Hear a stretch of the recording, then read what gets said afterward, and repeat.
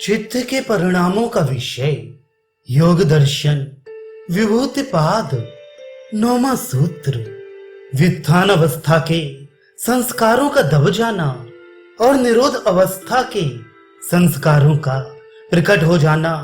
ये निरोध काल में चित्त का निरोध संस्कारानुगत होना निरोध परिणाम है।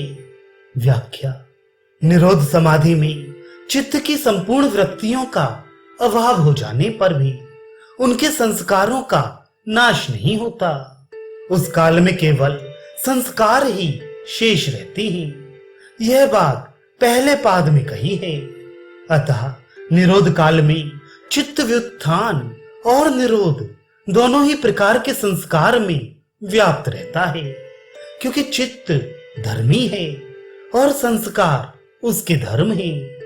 धर्मी अपने धर्म में सदैव व्याप्त रहता है, ये नियम है। उस निरोध काल में जो व्युत्थान के संस्कारों का दब जाना और निरोध संस्कारों का प्रकट हो जाना है, तथा चित्त का निरोध संस्कारों से संबंधित हो जाना है, यह व्युत्थान धर्म से निरोध धर्म में परिणत होना रूप निरोध परिणाम है। निरोध समाधि की अपेक्षा संप्रज्ञात समाधि भी व्युत्थान अवस्था ही है। अतः उसके संस्कारों को यहाँ व्युत्थान संस्कारों के ही अंतर्गत समझना चाहिए। इसके बाद क्या होता है सो बतलाते हैं। 10वां सूत्र: संस्कार बल से चित्त की प्रशांत वाहिता होती है। व्याख्या: पहले सूत्र के कथनानुसार जब व्युत्थान संस्कार सर्वथा दब जाती हैं और निरोध के संस्कार बढ़कर भरपूर हो जाते हैं, उस समय उस संस्कार मात्र शेष चित्त में निरोध संस्कार की अधिकता से केवल निर्मल निरोध संस्कार धारा चलती रहती है। अर्थात केवल निरोध संस्कारों का ही प्रभाव चलता रहता है। ये निरुद्ध चित्त का अवस्था परिणाम है। अब संप्रज्ञात समाधि में चित्त का जैसा परिणाम होता है उसका वर्णन करते हैं। 11वां सूत्र: सब प्रकार के विषयों का चिंतन करने की वृत्ति का क्षय हो जाना और किसी एक ही ध्येय विषय को चिंतन करने वाली एकाग्रता अवस्था का उदय हो जाना, ये चित्त का समाधि परिणाम है। व्याख्या: निरोध समाधि के पहले जब योगी का संप्रज्ञात योग सिद्ध होता है, उस समय चित्त की विक्षिप्त अवस्था का क्षय होकर एकाग्र अवस्था का उदय हो जाता है। निर्वितर्क और निर्विचार संप्रज्ञात समाधि में केवल ध्येय मात्र का ही ज्ञान रहता है। चित्त के निज स्वरूप तक का भान नहीं रहता। वह चित्त का विक्षिप्त अवस्था से एकाग्र अवस्था में परिणत हो जाना रूप समाधि परिणाम है।